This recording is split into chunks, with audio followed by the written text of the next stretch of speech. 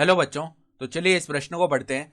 किसी लेंस की एक डायोप्टर क्षमता को परिभाषित कीजिए। ठीक है, तो हमें लेंस की एक डायोप्टर क्षमता को परिभाषित करना है। तो प्रश्न में आगे बढ़ने से पहले इस प्रश्न से संबंधित जो मुख्य अवधारणा है उसकी हम चर्चा कर लेते हैं। ठीक है, तो यहाँ पे देखो, हम जानते हैं कि लेंस की जो क्षमता होती है, लेंस की क्षमता वो किसके बराबर आती है। इसको हम P से दर्शाते हैं क्षमता को। ये बराबर आती है 1 में लेंस की फोकस दूरी। लेंस की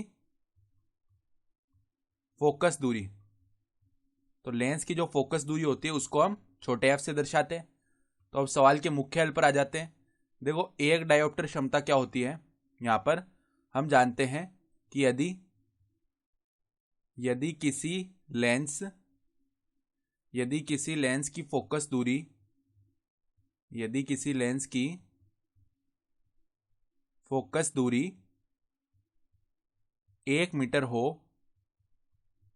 तो उसकी क्षमता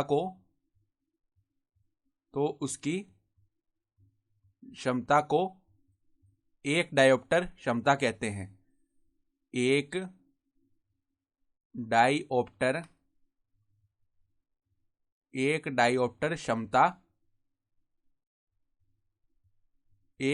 क्षमता कहते हैं।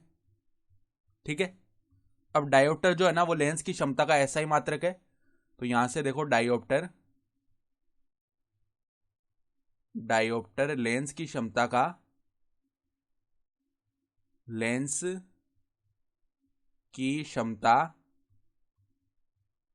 का ऐसा ही मात्रक है जबकि लेंस की फोकस दूरी 1 मीटर हो। जबकि लेंस की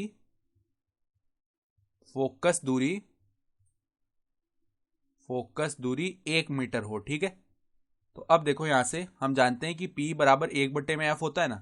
तो यदि यहाँ पे F बराबर 1 मीटर हो जाए, यदि F बराबर 1 मीटर, तो P बराबर क्या आता है 1/1 मीटर। तो इसे हम क्या बोल सकते हैं, 1 मीटर इनवर्स, और इसे ही हम बोलते हैं एक डायोप्टर। ठीक है, तो ये आ गई हमारी एक डायोप्टर की परिभाषा।